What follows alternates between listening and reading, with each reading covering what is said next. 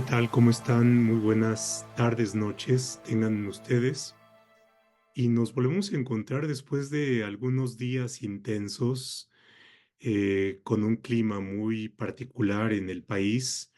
Pero bueno, después de que se verificaron las elecciones, las cosas están definidas y de alguna manera nos deshacemos de ciertos pesos. Hay otros pesos, por supuesto, que tenemos que cargar, pero al menos de eso ya lo estamos superando. Y bueno, en este reencuentro, después de un mes de no vernos, tiene una razón peculiar y en verdad me da mucho gusto que esa sea la razón, y es la invitación que hicimos a Nayeli Roldán y la aceptación que ella tuvo para estar con nosotros para charlar de su más reciente libro, La austeridad mata. No es en estricto sentido una presentación de un libro, la presentación como corresponde, con etiqueta y donde nos vamos a vestir muy elegantes y de largo se hará en unos días más, ya Nayeli nos contará cómo, sino tiene que ver con una charla y también con una reflexión. El título es, por supuesto, muy llamativo, La austeridad mata, y la primera pregunta es, bueno, ¿y tiene que ver con el motivo que es como la razón de este ciclo de webinarios, que es Derecho Administrativo, Pensar para Decidir? Y lo diría muy rápidamente. Esto es, si ustedes piensan que la austeridad tiene que ver con una de las políticas que ha tenido este gobierno, bueno, ahí ya tendríamos una primera relación. Eh, ¿Qué es lo que sucede con el presupuesto? ¿Qué es lo que sucede con el gasto? Y por supuesto, si queremos intelectualizar un poco más el punto de partida y pensamos en esto que Weber planteaba sobre la ética de la responsabilidad y la ética de la convicción, que tiene que ver con cómo los políticos toman decisiones, bueno, el que se lleve a cabo una política de austeridad tiene consecuencias. Y esto que plantea de la austeridad mata, en términos muy fuertes, tiene que ver con las posibles consecuencias. Y una de las posibles consecuencias es el impacto que tiene en la vida en términos muy estrictos, en la distancia que hay entre la vida y la muerte. Y por supuesto, ahí está un punto central, duro, pero que es necesario abordar. Y bueno, pues ahí ya tenemos esta vinculación entre los temas y el propósito del libro.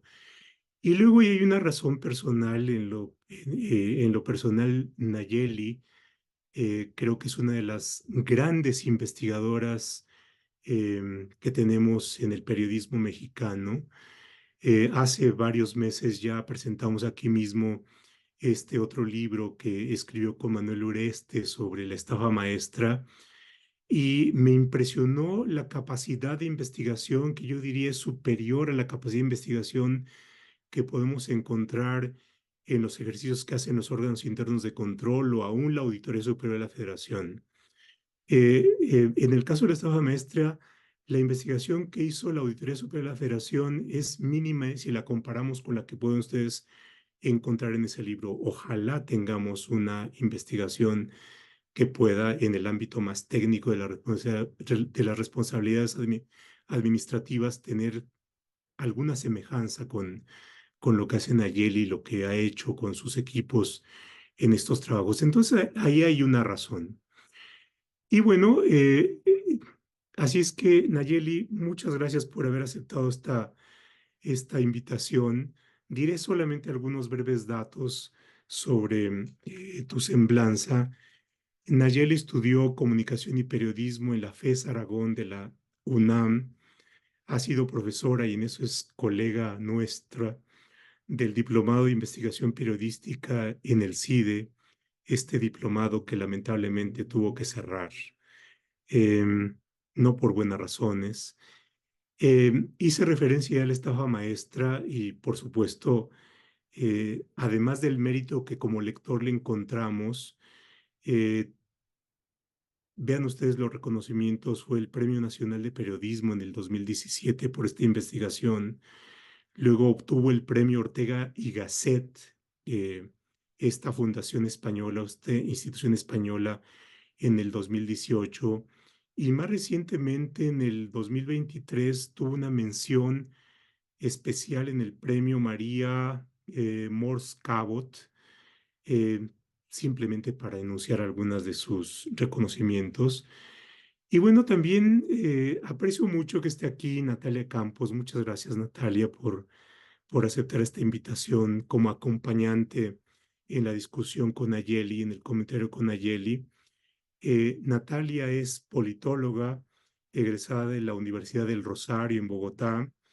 Es también egresada de la maestría en Administración y Política Pública del CIDE. Y bueno, pues próximamente también se incorporará a este programa como docente. Y bueno, pues será un gusto y bienvenida de antemano como colega profesora en el CIDE. Ella es coordinadora de Administración y Política Pública del INCO, el Instituto Mexicano de la Competitividad, y bueno, pues por supuesto también con su formación y con su bagaje, creo que hará un extraordinario acompañamiento del libro de Nayeli. Así es que pues muchas gracias a ustedes, a Nayeli, a Natalia por la aceptación y a ustedes por acompañarnos en este, en esta tarde de verano. Para abrir boca, detrás de cada obra no solamente hay una razón, llamémosla así, más técnica, más profesional, sino hay razones también muy humanas. Y, y este es como el primer punto que me gustaría, Nayeli, que nos expusieras. ¿Cómo es que nació este libro? De la lectura hay, por supuesto, historias humanas muy fuertes. Supongo yo que hay, por supuesto, por ahí alguna razón, pero no hay nada mejor que nos expongas tus razones para escribir este libro reciente. Y muchas gracias, Nelly, por estar con nosotros. Al contrario, doctor, muchísimas gracias a ustedes por la invitación, Natalia. Un gusto compartir contigo también esta mesa y muchísimas gracias a quienes ya se conectaron. Y bueno, pues sí, como dicen, no es la presentación formal, pero esto es un buen espacio para discutir sobre este tema, sobre lo que aborda este libro. Y le agradezco mucho la pregunta, doctor, porque a ver, yo siempre diré que hay una cosa que cuando nos piden definir qué es el periodismo, por qué somos periodistas, por qué hacemos periodismo, hay una definición de un colega que hizo y que me parece la más atinada, que es, uno hace periodismo de lo que le indigna. Y, y para mí eso lo resume todo. O sea, en realidad todas las cosas que he hecho en estos años tiene que ver con eso. O sea, primeramente con la indignación. Y en este caso, la indignación en materia de salud me llegó como por muchos lados y que me empujó, digamos, a pensar en que esto podría ser un libro. Yo estuve cubriendo mucho los recortes al presupuesto en todos los sectores, o sea, lo mismo y me llegaban denuncias de profesores de inglés que no le pagaban, que no les pagaban, que trabajadores del INA que les habían recortado presupuestos para los insumos básicos y no podían hacer sus labores, digamos, de mantenimiento, ¿no?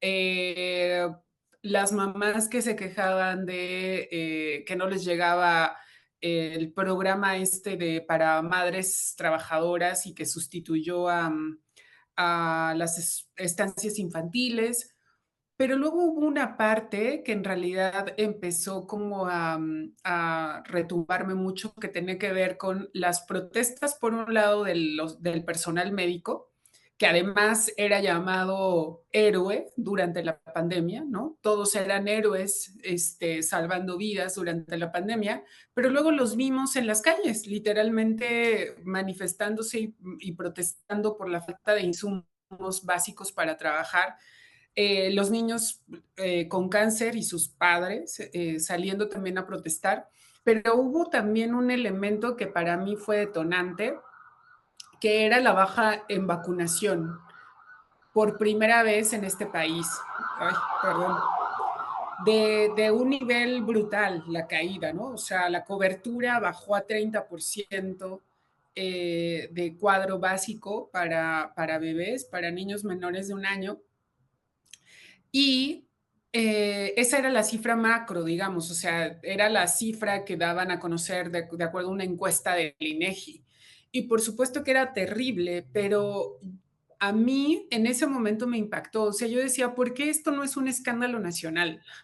¿Por qué no está en las primeras planas, pero además cobertura de días enteros para que explicáramos los impactos que esto puede estar teniendo? Pero sobre todo a mí me surgió la duda de qué pasó. O sea, ¿cómo llegamos a ese nivel de vacunación? Aunque la explicación era que había sido la pandemia, o sea, a mí me surgió la duda de verdad la pandemia nos bajó tanto, porque sí había bajado a nivel mundial, pero en México era un bajón brutal. Y porque siempre lo diré, o sea, yo de los recuerdos que tengo de mi vida en general, uno de ellos es la vacunación, ¿no? Y la vacunación como una política pública que cuando eres beneficiario de ella, digamos, no sabes que es una política pública, sino más bien es, está la vacuna en tu barrio, en el mercado, en la escuela, y te la ponen. Y que eso era normal para muchas generaciones, ¿no? Como la mía. Y que además yo decía, yo crecí en una colonia pobre, en una colonia marginal, y jamás en la vida nos faltaron vacunas, por ejemplo. Y cuando empieza a ver estos niveles de baja de vacunación, o sea, lo primero que pienso, por supuesto, que es en colonias como en la que yo crecí y pensar que si faltaban vacunas, iban a faltar allí. Y si faltaban incluso en una colonia pobre de la Ciudad de México, iban a faltar en las zonas más marginadas del país. Es decir, el impacto iba a ser para los más pobres. Quien tenga para comprar una vacuna no iba a tener mayor diferencia, pero quien no tiene, por supuesto que va a tener consecuencias. Y entonces mi indignación era por eso, y luego mi indignación es, ¿qué hicieron para que una política pública que había funcionado durante 30 años fallara en este gobierno? O sea, esa fue como la pregunta detonante en realidad para esta investigación que luego ya se fue ampliando, pero digamos que en materia de salud, de austeridad, además era también parte de mis hipótesis, es de verdad, necesito descubrir qué hicieron. O sea, por un lado pensé que era corrupción y terminó no siendo corrupción, o sea, terminó siendo malas decisiones en realidad. Y es todavía, no sé si peor que la corrupción, pero sí me parece sumamente preocupante que en realidad todo esto que tengamos sea producto de decisiones, que sea producto de cuestiones deliberadas y no sea incluso como lo que vimos en otros temas de alguien queriendo enriquecerse o alguien queriendo desviar recursos públicos.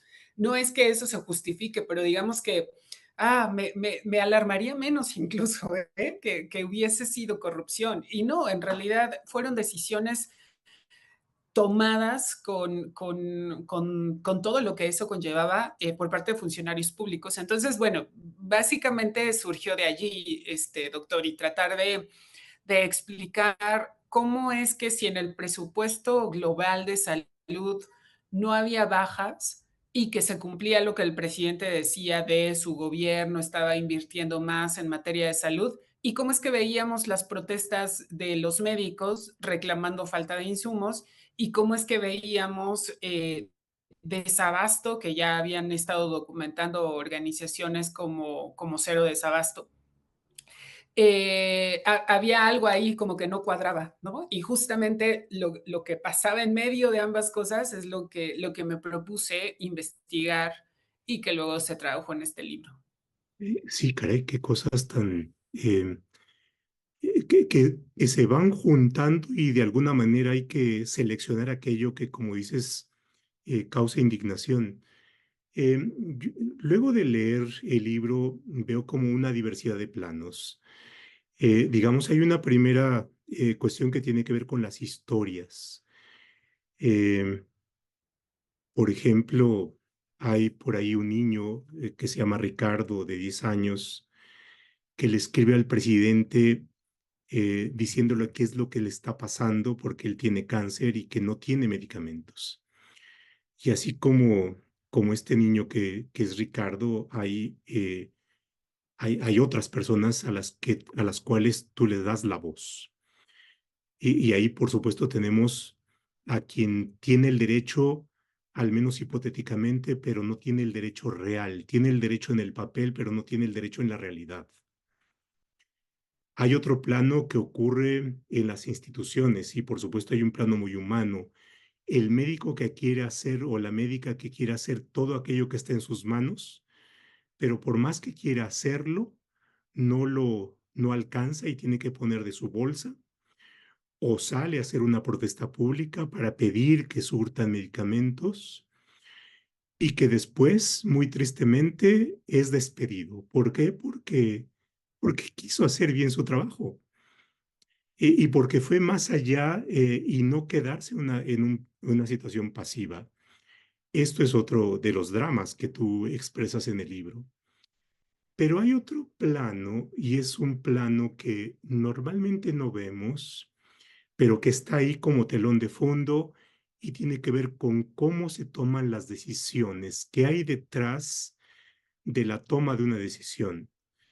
Uno usualmente piensa, bueno, hay una política pública, pero a lo mejor decir que hay una política pública es conceder demasiado, porque una política pública supone que hay reflexión, que se pensó la decisión, que se analizaron una diversidad de posibles soluciones, que se vio cuáles podrían ser los posibles efectos, en fin, hay algo más que una mera decisión, pero puede haber una mera decisión eh, y es una decisión que a lo mejor no tomó en consideración todos los posibles efectos. Yo creo que la austeridad por sí misma no es mala. Lo que puede resultar muy peligroso es cómo se toma una decisión de austeridad. Y si realmente es una decisión de austeridad o es una decisión de austeridad para unas cosas, pero no es austeridad para todo, ¿no? Y de ahí que en las pláticas previas, Natalia yo creo que tiene mucho que decirnos en esta otra parte. Desde tu perspectiva eh, de experta en política pública, ¿cómo ves como este tercer plano más institucional, quizás más frío, pero, pero, pero que tiene que ver con cómo se toman las decisiones y las posibles consecuencias que puede tener, ¿no? Sí, muchas gracias, profe, por la Pero antes, invitación. muchísimas gracias, Natalia, por haber aceptado esta invitación. En verdad te lo aprecio enormemente. No, al contrario, muchas gracias por la invitación. Para mí es un honor estar aquí compartiendo este espacio contigo y con Nayeli, a quien admiro muchísimo y de quien he leído mucho su trabajo. Y con respecto a la pregunta, creo que es una pregunta muy importante porque el tema de la austeridad se ha discutido mucho en términos legales por el límite de la legalidad, por el salario, ¿no? Estos topes salariales y cómo se van compactando los salarios de los mandos y el efecto que esto puede tener en la calidad de la administración pública, entendiendo, por ejemplo, el tema de los recursos humanos, que creo que es un primer punto muy importante. Al final se necesitan incentivos para que los recursos humanos especializados, y Nayeli lo explica muy bien en su libro con algunos casos puntuales, pues permanezcan en la administración pública. Y cuando vemos estos límites o estas decisiones salariales y de otro tipo, pues vemos unos efectos adversos o no deseados de la política pública. Y como bien lo dices, esta intervención, esta estrategia de la austeridad, creo que nace de un problema identificado que es este derroche, ¿no? Y que también justo Nayeli inicia su libro o parte de la introducción es este contexto. Y el contexto es de indignación porque claro que produce indignación los excesos de gasto, los viajes exagerados, la compra de lujos, los viajes con comitivas enormes de los diferentes gobiernos anteriores.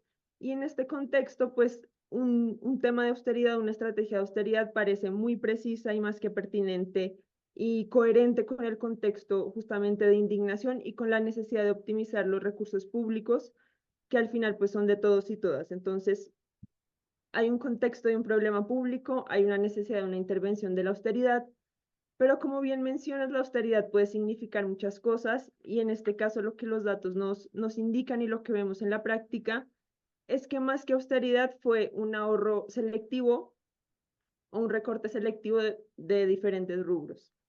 Los datos indican que, por ejemplo, hay rubros como energía, como defensa, como marina, ramos específicos en los que hay un aumento presupuestal de 2018 a 2024 en términos reales, pero cuando vemos, por ejemplo, el ramo de salud, que hay mucho énfasis en el libro y hay mucho desarrollo de investigación muy valiosa por parte de Nayeli, lo que vemos es un recorte de 41.3% en términos reales de 2018 a 2024.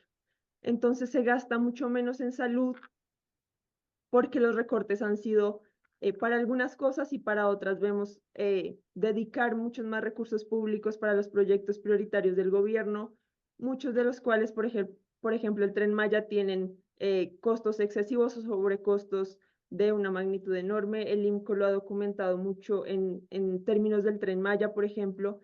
Entonces, lo que hemos visto son recortes selectivos que al final tienen consecuencias para la calidad de la administración pública, pero también en muchos otros sentidos, en sentidos de la esperanza de vida, de la cobertura de vacunación, por ejemplo, si hablamos solo de salud, pero también si vemos el mantenimiento de mobiliario, por ejemplo, de infraestructura, vemos que hay un ahorro pausado o un ahorro que es ficticio, porque se deja de gastar en un momento, en un punto temporal, pero en algún momento del futuro se va a tener que hacer ese gasto y hacer más grande, ¿no? Entonces es un ahorro momentáneo ficticio, es una finta, una idea o una simulación de ahorro que en realidad cuando vemos el mapa temporal más grande o el cuadro más grande, pues no se está haciendo concretamente un ahorro, sino una simulación de ahorro.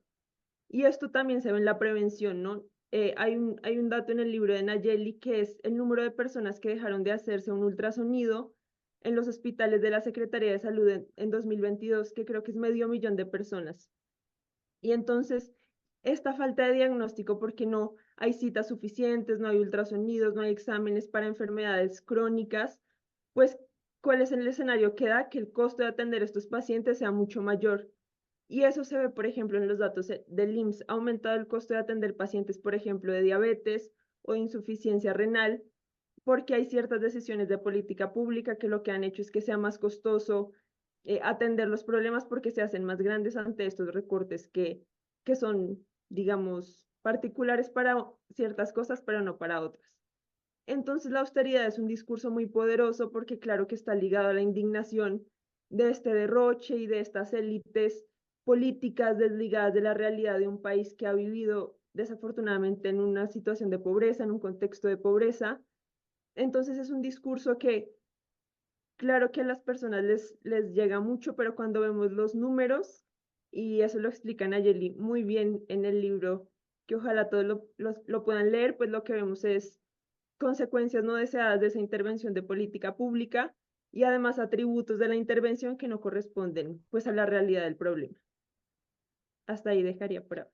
Y, y vaya, hay un libro que es bien interesante y también muy recomendable, que se llama El costo de los derechos, de dos profesores en ese tiempo, uno de ellos de Chicago, Cass Sunstein, y otro Stephen Holmes. Y el tema es esto, es decir, si queremos tener buenos derechos, los derechos cuestan. Y por supuesto, no es lo mismo que se gasten en cuestiones que no son relevantes para que tengamos derechos de buena calidad, sino que sean gastos excesivos. Pero una cuestión distinta es que teniendo una necesidad de gasto, se deje de gastar para satisfacer ese gasto. Entonces, y ahí por supuesto es importante tener recursos para poder dar buenos derechos y por otra parte que haya recursos suficientes para sostener ese gasto público dirigido a derechos y diría el primero constitucional que no sean regresivos. Uno de los aspectos que plantea Nayeli en su libro es qué situación se tenía con el Seguro Popular y qué situación se dio después de la extinción del Seguro Popular. Y ahí los testimonios indican que lo que antes no era un problema se convirtió en un problema. Y ahí tenemos un primer efecto que tiene que ver con una austeridad que por supuesto en sí misma no es mala, pero que cuando se enfoca en aquello que es necesario gastar y que antes sí tenía presupuesto, entonces ya entramos a un terreno discutible. Y el efecto es una regresividad en los derechos. Y por supuesto la regresividad tendría ahí una calificación constitucional. Pero también puede tener otros efectos y lo ligaría con algo que dije al principio y que es relacionado con la responsabilidad. Es decir, quien toma una decisión debe ser responsable de las consecuencias que tiene esa decisión. Y aquí el punto, sí, jurídicamente puede existir algún significado, algún efecto que pudiera ser relevante. Y simplemente lo dejo anotado.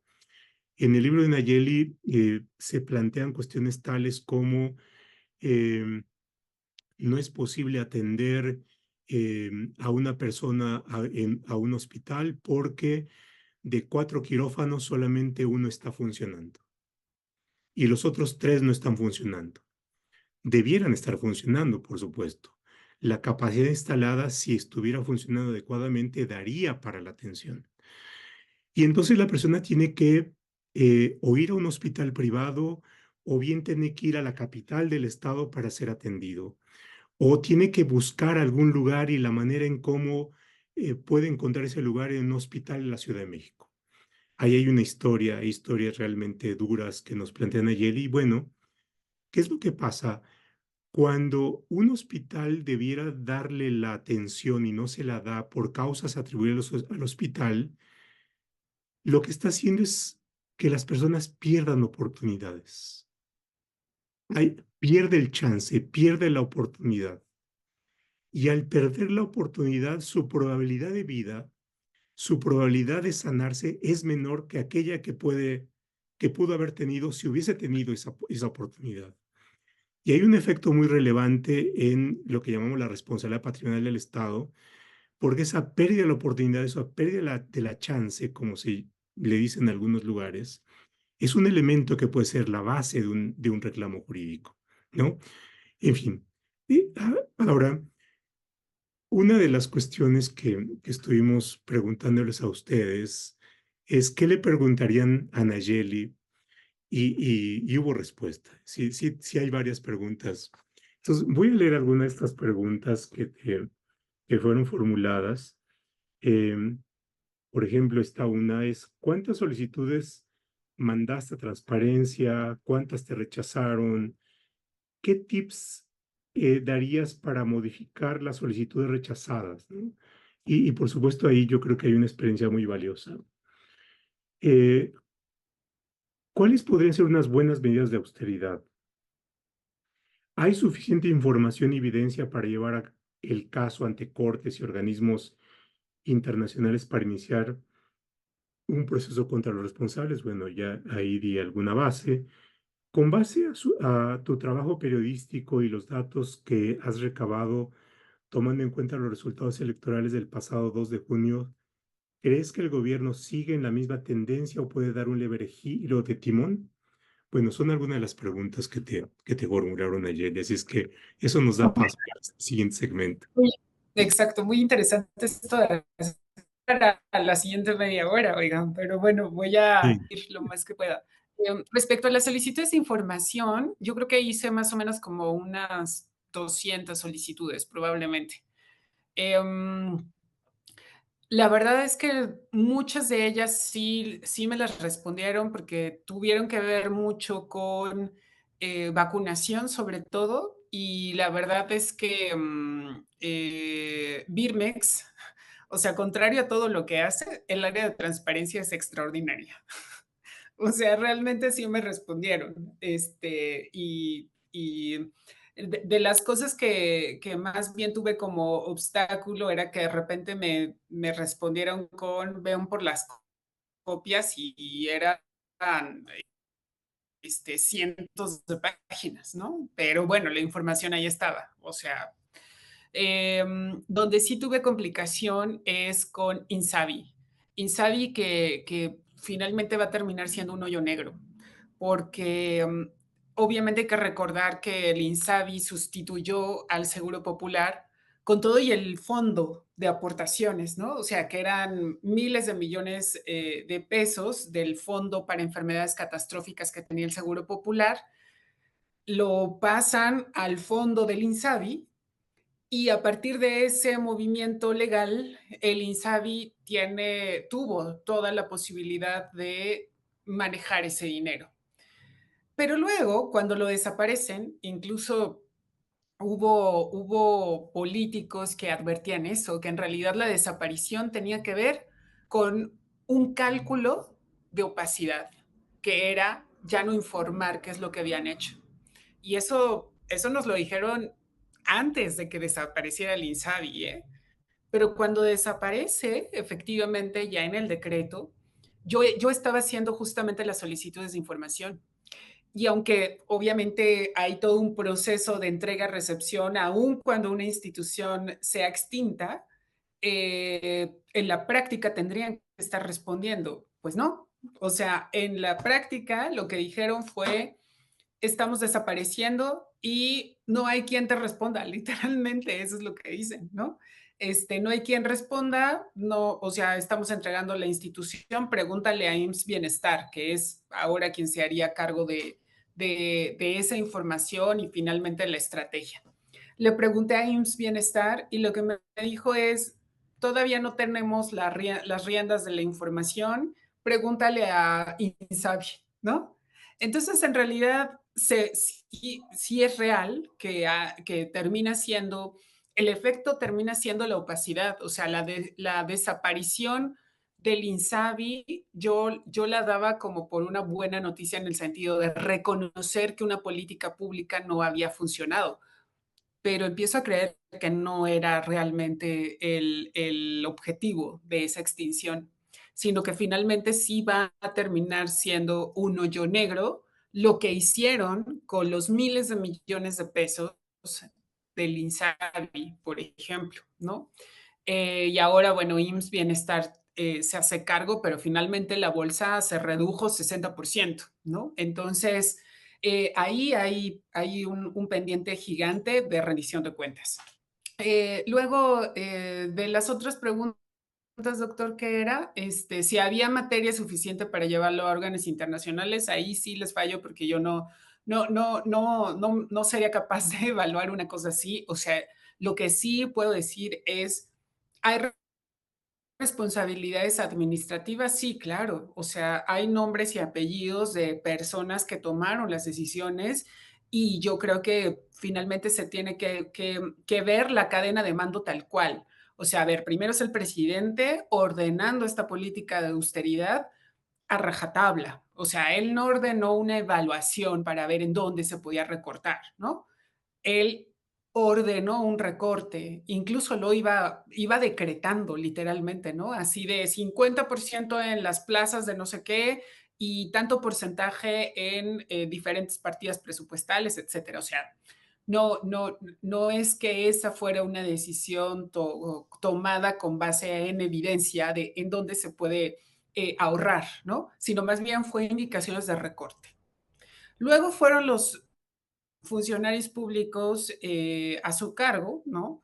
Que en este caso es Raquel Buenrostro, que era la oficial mayor de Hacienda, que se encargó de hacer las primeras compras en el sector salud, por ejemplo, en 2019, pero también se encargó de apretar, ¿no? A la administración pública para que cumplieran estas estrategias de recorte. Luego está el ex subsecretario de Salud, Hugo López Gatell, que él fue quien, por ejemplo, en el caso de las vacunas, intentó convencer que podría comprar las vacunas en la Organización Panamericana de la Salud a un mejor precio.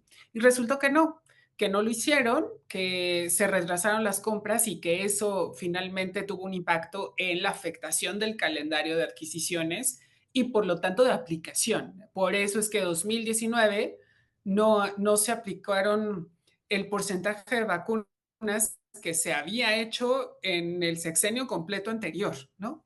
Entonces sí, o sea, responsabilidades hay. Ya yo no me atrevería a hacer el análisis tal cual de si esas evidencias alcanzarían para llevarlo ante organismos internacionales, pero sin duda alguna tiene que ver en un impacto a un derecho fundamental como es la salud y que, como bien mencionaba doctor en un inicio, esa decisión termina impactando en las vidas, pero además eso puede significar la diferencia entre la vida y la muerte. Entonces, como lo vimos en la pandemia, ¿no? Por ejemplo, acá digamos que en la atención cotidiana no vemos esos números de fallecimientos como sí se vio en la pandemia, pero digamos que la evidencia de las intervenciones que se dejaron de hacer, como bien dice Natalia, y que tienen una repercusión, existen. O sea, esas estadísticas están y está quién tomó esas decisiones, ¿no? Y luego creo que había otras preguntas, doctor. Sí, sí, si de la investigación que hiciste encontraste algún caso de que fuera una buena práctica en las decisiones de austeridad. este, Digamos, aquí um, sí en realidad se ni hubiera hecho bien siquiera, la austeridad, ¿no? ¿mandé? Em, Aquí si hubiera sí, encontrado. sí hubo Ah, buenos ejemplos de alguna decisión de medidas de austeridad que pudieras referir. Em, yo creo que un elemento, por ejemplo, incluso en salud, pero ni siquiera necesariamente tuvo que ver con una planeación de política pública, sino que ya cuando hablé con los activistas me dijeron, no, hombre, es una cosa que nosotros hemos empujado y muchos médicos y funcionarios del sector salud que tiene que ver con el tratamiento para personas con VIH, el PrEP, ¿no? Que cambiaron de comprar todo un combo de pastillas a cambiarlo por una sola pastilla. Eso sin duda alguna trajo mejores precios completamente, pero lo que me dijeron los activistas es, esto lo venimos empujando desde el sexenio pasado y efectivamente ya en este sexenio se concretó y sí tuvo que ver mucho con que la ganancia que les planteamos de ahorro, pero digamos que esa fue una buena práctica empujada desde la sociedad civil y que, por ejemplo, Hugo López Gatell presume como el ejemplo claro de lo bien que se hizo la política de austeridad en salud, ¿no? Y entonces es como engañoso, o sea, sí es cierto que se produjeron ahorros, sí es cierto que fue una mejor compra, pero no necesariamente fue una estrategia diseñada por este gobierno relacionada con la austeridad, ¿no? Sino que más bien terminó siendo algo que les benefició, pero que ni siquiera se empujó o se diseñó desde este gobierno. Entonces, esa es una cosa que sí funcionó bastante bien y la verdad es que en este momento no se me viene a la mente algún rubro donde lo hayan hecho bien, porque en realidad todas terminan siendo quejas de los impactos negativos del supuesto ahorro, que en realidad yo siempre diré no es ahorro, es recorte. Y aquí hay una, bueno, otra pregunta que también te formulan es si en vísperas del nuevo gobierno piensas que se va a reiterar Ah, esta política o crees que pueda darse algún giro hacia una política distinta. ujú. Te están pidiendo que hagas futurismo Exactamente, que ponga acá ¿cómo se llama la cosa esta que de, hagas tu no puede ser, pronóstico. Vale, sí. exacto, la bola de cristal, ya me acordé. Exacto. Sí. Este, mm, a ver, más bien yo esperaría que corrigieran los errores, ¿no? O sea, que se dieran cuenta de lo que los impactos va a tener que asumir la siguiente administración, que es lo que decía Natalia, o sea, la falta de mantenimiento en los edificios públicos, por ejemplo, no es ahorro, en realidad es pasar el gasto para el siguiente, ¿no? Y es más, va a terminar siendo más gasto, porque es lo mismo que ocurre en una casa si no se le hacen obras de mantenimiento, ¿no? O sea, cuando se invierte, te va a terminar siendo más caro porque pues, lo dejaste hacer durante años, ¿no? Y lo mismo va a pasar ahora. Entonces, muchas de esas consecuencias en realidad los va a asumir la nueva administración. Lo que yo diría es, pues, a ver si tenemos dinero para todo, ¿no? O sea, si tenemos dinero para cambiar la estrategia en el sentido de, ya se dieron cuenta que si no contratan a burócratas o a profesionales que realmente puedan sacar el trabajo y que ese trabajo te va a beneficiar más de lo que gastas en su salario, lo ideal sería, pues, contratas a ese personal especializado, aunque te cueste un poco más de lo que estás pagando ahora. Si ya viste que en el hospital te significa tener cientos de cirugías menos si no le dan mantenimiento a los quirófanos, pues creo que para cualquiera que esté ahora en el gobierno sería una fácil decisión, es decir, hay que invertir más en eso, ¿no? Y hay que mejorar los servicios públicos, etcétera. La gran duda es si vamos a tener para eso, ¿no? Si vamos a tener presupuesto suficiente para ahora hacerse cargo de lo que no se hizo en este sexenio. Yo esperaría que en la evaluación se dieran cuenta de los recortes, o sea, no, insisto, y es algo que mencionaba Natalia muy atinadamente, o sea, la indignación de los gastos suntuosos estaba y existe, ¿no? Incluso por eso es tan apoyada esta política de austeridad de decir, sí, que los ministros ganen menos, sí, que los burócratas ganen menos, ¿no? Pero lo que tendría que ver la administración es los efectos reales de esa decisión de recorte, no de austeridad, de recorte. Y que analizaran que los costos, digamos, son más altos que incluso la inversión que se puede hacer en cada uno de estos rubros. En materia de salud, por ejemplo, yo siempre diré que quien de nosotros que estamos en esta reunión en este momento recuerda que en una campaña presidencial se hubiera prometido mejorar los niveles de vacunación. No, bueno, yo tengo 40 años y no recuerdo alguna campaña, ¿no? En ese punto. Claro, porque la vacunación funcionaba, porque no era un tema que se necesitara intervenir, porque funcionaba con esos funcionarios públicos que tenían experiencia, que sabían cómo eran los procesos, que los aplicaban, que los replicaban, que los enseñaban, ¿no? Y de repente eso se perdió. Entonces, en esta campaña, el plan de salud de Claudia Sheinbaum sí tiene esa promesa de mejorar los niveles de vacunación, por ejemplo, de mejorar los procesos de adquisición de las medicinas. Entonces yo creo, y bueno, evidentemente así es, un reconocimiento implícito de lo que hicieron mal en este gobierno, ¿no? Sin señalarlo como tal, pero al mencionarlo ya lo están asumiendo. Entonces, ese es un primer paso. O sea, yo creo que esa ya es una buena noticia per se, porque ese reconocimiento nunca estuvo en este sexenio, ¿no? Y eso es lo primero, o sea, es reconocer, esto salió mal y hay que corregirlo. Entonces, por lo menos en el plan de gobierno de salud, ahí está.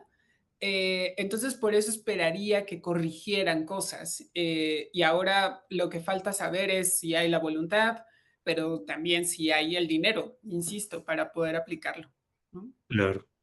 Natalia, yo te veo ahí con varias cosas en la mente. Es que, ¿quién soy yo para decirte que no? Adelante.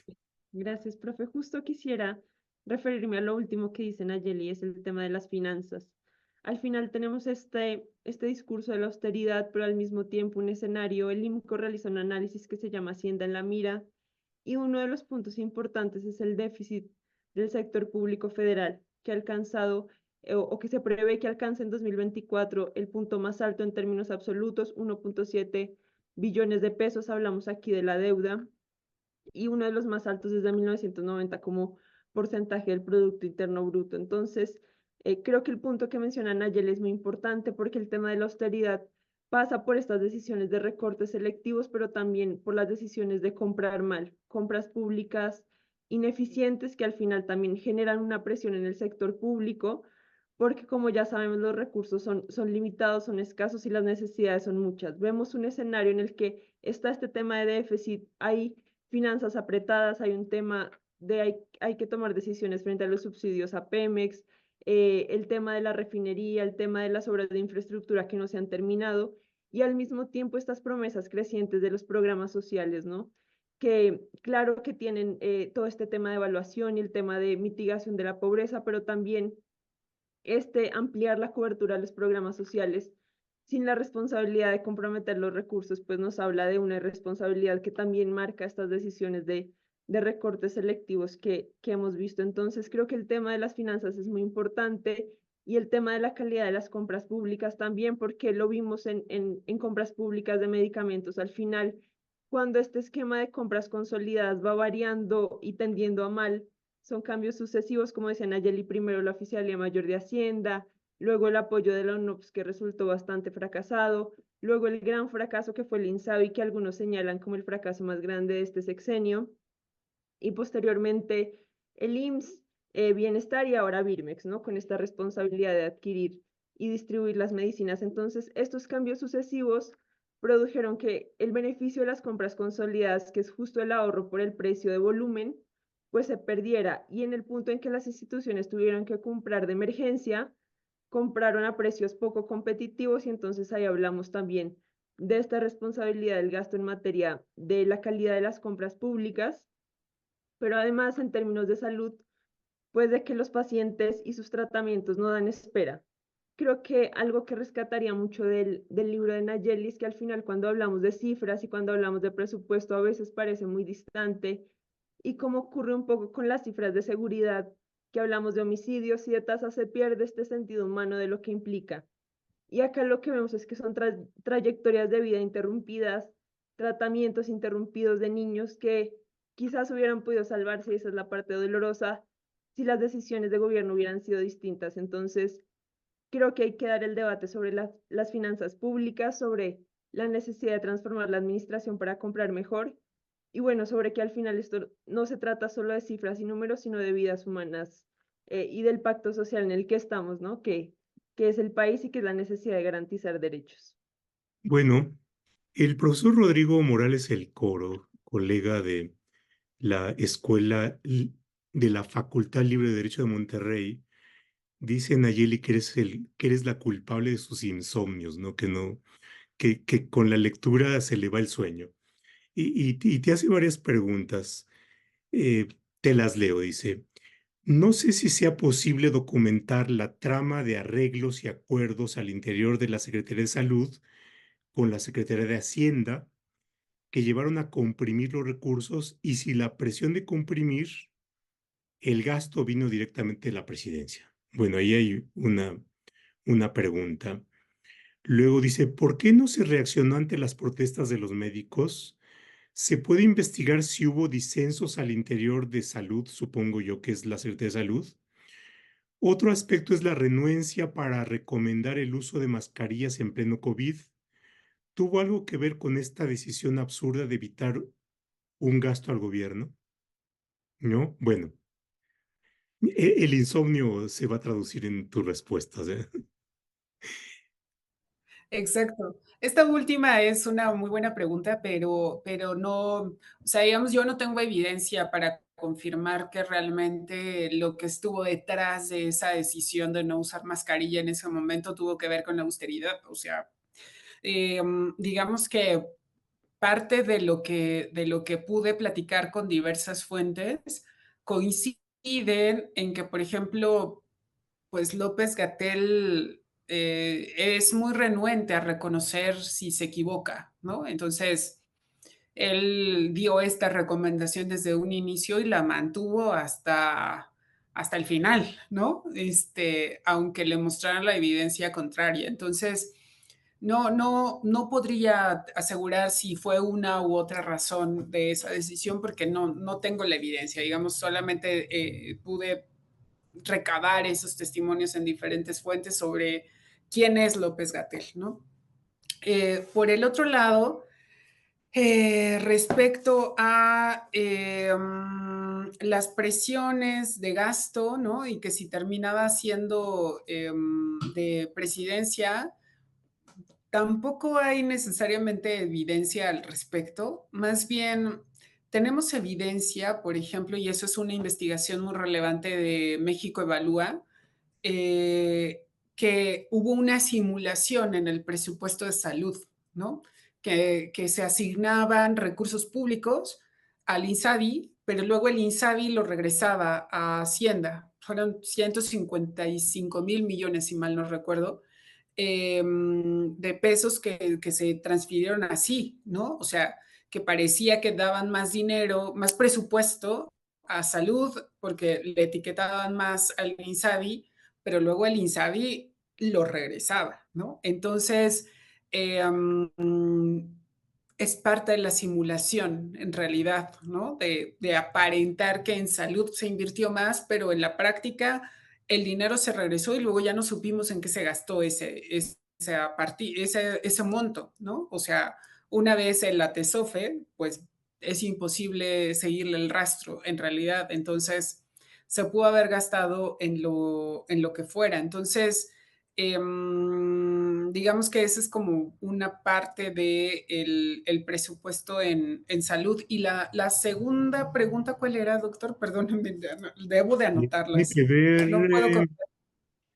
con eso de si eh, es posible documentar los arreglos o acuerdos entre Hacienda y Salud Sí, que llevaron a comprimir recursos, en fin, tiene que ver con lo que tú comentabas hace un momento. sí, sí, sí, completamente. Por eso creo que justo ahí hay responsabilidad, o sea, en Hacienda y en la Secretaría de Salud, absolutamente, y que es ahí donde se tendría que estar dirigiendo, digamos que la solicitud de rendición de cuentas, ¿no? Y bueno, obviamente en el presidente y que existiera una real evaluación del impacto de la política de austeridad, porque hasta este momento lo único que tenemos son supuestos informes de cuánto ahorran cada una de las instituciones, pero no hay una evaluación clara de cuál es el impacto de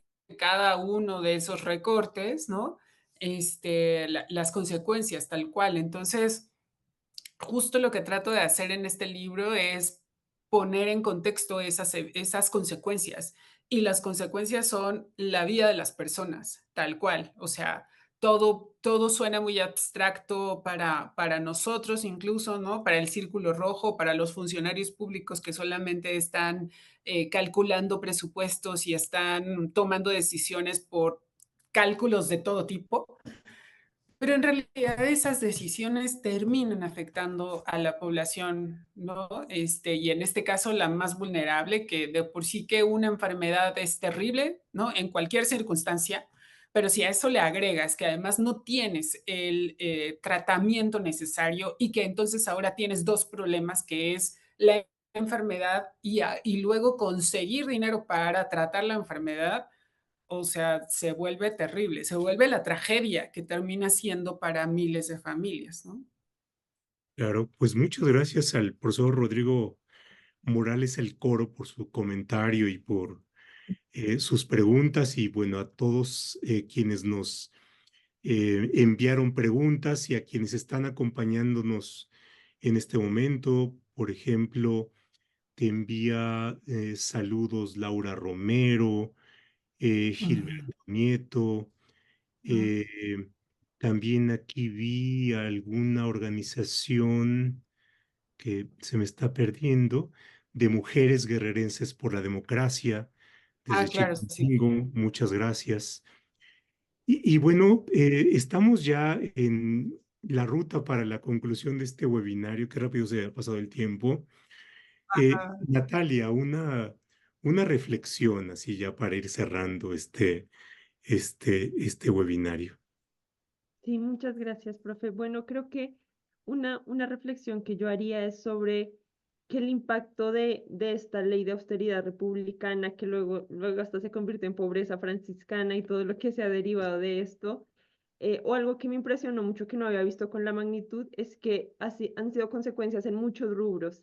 Y entonces justo a medida que iba leyendo el libro decía, bueno, salud porque es muy directo y hemos visto el tema del desabasto en medios de comunicación y aunque disminuye el tema de recetas no surtidas, datos de cero desabasto indican que aún 5.1 millones de recetas no se han surtido efectivamente solamente en el IMSS. Entonces, el tema del desabasto es muy directo, pero también creo que ver que estos efectos se han replicado en muchísimos, digamos, espacios, esferas, temas como de las plataformas, ¿no? Nayeli rescata un caso de la plataforma registral del sistema registral agrario, temas de la protección forestal, de diferentes esferas de infraestructura, del mantenimiento de carreteras, de inspecciones, ¿no? Y entonces creo que ver este esquema completo de la austeridad que se extiende a muchos sectores es muy impactante y justo nos habla de esto, ¿no? De cómo una decisión que al final es unilateral y una decisión que se da por decreto, porque al final hay todo un proceso presupuestal que se debe dar en el legislativo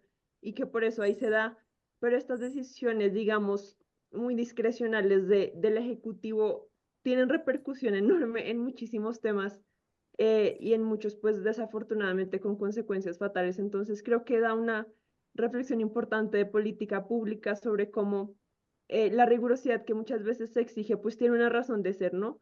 Tomar decisiones con evidencia y justo como decía Nayeli, o vi que alguien lo dijo por ahí, no fue un recorte con bisturí, sino a machetazos, ¿no? A rajatablas y de recortamos todo y dejamos a la Secretaría de Economía en los huesos sin poder funcionar y sin poder viajar y sin poder reunirse con otros países, ¿no? Que es parte de sus funciones. Entonces dejar dependencias completas sin poder funcionar, pues es algo que justo quizás no vemos en nuestra vida diaria, pero debería escandalizarnos porque es una degradación a la administración pública y porque tiene consecuencias para la consecución de los fines públicos y el bienestar social. Entonces, bueno, nada más súper recomendar el libro, ya lo hemos dicho, pero cómprenlo, es un libro muy interesante y también asistir a la presentación que nos va a invitar Nayeli. Muchas gracias. Ay, claro, Muchas gracias, Natalia. cierto. Y bueno, Somos- Nayeli, esta última parte está reservada para ti. Por supuesto, lo que nos quieras decir ya como conclusión y por supuesto la invitación a la presentación de gala del Sí, libro. sí, muchísimas gracias, doctor Natalia, de verdad. Me siento muy honrada de poder estar en este espacio. Y pues nada, o sea, yo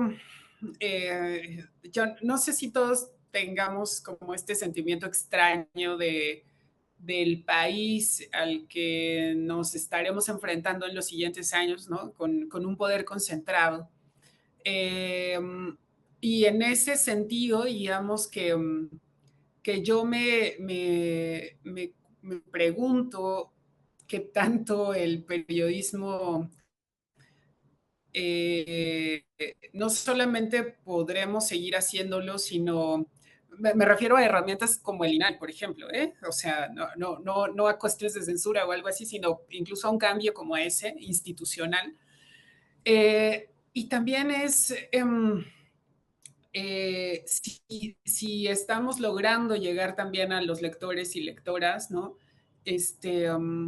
Para que se enteren justamente de esto que está pasando. O sea, hay muchas cosas que celebrarle al presidente y en materia económica sobre todo, sin duda alguna, ¿no? O sea, me refiero al bolsillo de la gente.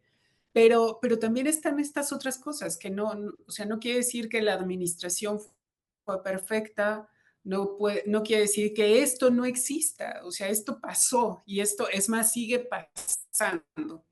Entonces, justo este libro lo que intenta es aportar esta información y ya no sé qué más hacer para acercarle la información a la gente, pero que este tipo de espacios, el libro, la presentación, la difusión en medios, abonen algo a que pongamos en la discusión pública evidencia y no opiniones, no youtuberos desinformando, ¿no? En este momento siento que nosotros estamos perdiendo la batalla, o sea, los periodistas que hacemos este tipo de investigaciones, pero finalmente en esfuerzo no queda, ¿no? Y este libro significa uno de esos esfuerzos, justamente, aunque parezca que estamos hablándole a la pared en algunas ocasiones, pero que así sea a algunas cuantas personas que se pueda llegar, que podamos hacerle llegar más bien esta información. Creo que, bueno, finalmente con eso habrá valido la pena. Así que bueno, esa es la intención justamente de este libro. Así que por favor recomiéndenlo, léanlo, y si pueden acompañar, si se quedan con ganas de más de esta charla, la presentación va a ser el próximo jueves 20 de junio en el Centro Mexicano para la Filantropía. Va a ser a las 7 de la noche, va a estar Gaby Marketing presentando también ahí conmigo. Y ahora les doy la dirección del CEMEFI, se llama, porque no me la sé, pero es en Cerrada de Salvador Alvarado, número 7, en la colonia Escandón. Es muy cerquita de Patriotismo. Entonces, para que lo tengan ahí en su agenda y que les decía al inicio de la presentación al doctor y a Natalia que el más grande miedo siempre que uno organiza o convoca algo es que nadie llegue. Así que, por favor, lleguen, no me dejen sola en la presentación. Así que va a ser eso, el próximo jueves 20, 19 horas en CEMEFI. Pues muchas gracias. Te vamos a estar ahí eh, igual por las redes de IntelliJuris, reiterando la invitación y precisando la fecha, el lugar, la hora, en fin, para que estemos muchos acompañándote ahí en Sí, por la favor. presentación. Y cuenta con eso. Y Muchísimas gracias. Perdón, muchísimas gracias también por acompañarnos ahorita. sí, claro. Este, Sí, perdón, ¿querías comentar algo, no, Nayeli? solo eso, perdón, que no había agradecido que nos acompañaran en este webinario, así que muchísimas gracias a todos y todas que se dieron un espacio entre semana para poder acompañarnos en esta discusión de la austeridad.